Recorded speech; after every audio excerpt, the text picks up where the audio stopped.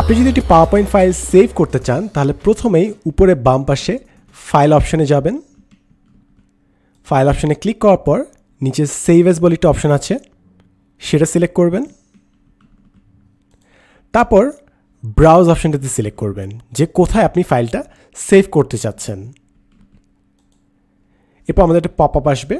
So এখানে আপনি destination select করে দেবেন যে আপনি কোথায় পাওয়ার পয়েন্ট ফাইলটা সেভ করতে চাচ্ছেন। আপনি চাইলে এটাকে রিনেম করে ফেলতে পারেন, সেভড ফাইল।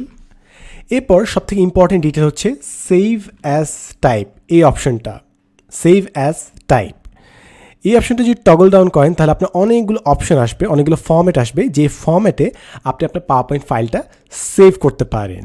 সো আপনি যদি খেয়াল করেন দেখবেন আপনার পাওয়ার পয়েন্ট প্রেজেন্টেশন আছে যেটা অরিজিনাল ফর্ম্যাট, আপনার 97/2003 ফর্ম্যাট আছে যদি আপনার পুরাতন কোনো কম্পিউটারে আপনার ফাইলটা চালাতে চান, পিডিএফ ফর্ম্যাট আছে, আপনার পিকচার ফর্ম্যাট আছে জেপিইজি, পিএনজি কিংবা MPEG-4 অর্থাৎ ভিডিও ফর্ম্যাট। তো আপনার বিভিন্ন ফর্ম্যাট আছে, আপনি যেই ফর্ম্যাটে আপনার ফাইলটা সেভ করতে চান। এক একটা ফর্ম্যাটের ক্ষেত্রে এক একটা অপশন আছে যেটা আমরা পরবর্তীতে আলাদা আলাদা ভিডিওতে দেখব। তো আপনি একটা ফর্ম্যাট সিলেক্ট করবেন, মনে করেন আমি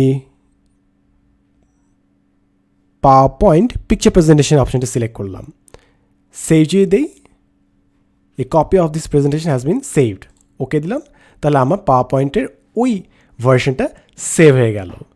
সিমিলারলি মনে করেন আমি একটা পাওয়ার পয়েন্ট ফাইল নিলাম, সো মনে করেন আমি এটা পিডিএফ ফর্ম্যাটে সেভ করবো। সেকেন্ড আমি উপরে বাম পাশে ফাইল অপশনে যাব, এরপর সেভ অ্যাজ, এরপর ব্রাউজ, তারপর আমি সিলেক্ট করবো যে কোথায় আমি সেভ করতে চাই। এখানে মনে করেন মাস্টারি সেভ ফাইল, অসম না রেখে আমি ফাইলটার নাম দিলাম হচ্ছে সেভড। এরপর সেভ এস টাইপে আমি গেলাম, এখানে দেখবেন পিডিএফ ফর্ম্যাট আছে, সিলেক্ট করলাম, এরপর সেভ, তাহলে আমার পুরো ফাইলটা পিডিএফ ফর্ম্যাটে সেভ হয়ে গেল। এই যে সো এভাবে চাইলে আপনি বিভিন্ন ফর্ম্যাটে আপনার পাওয়ার পয়েন্ট ফাইলটাকে সেভ করে ফেলতে পারেন। দেখা হবে নেক্সট এপিসোডে। এতক্ষণ আপনার সাথে ছিলাম আমি Sadman Sadiq, and as always thanks for watching.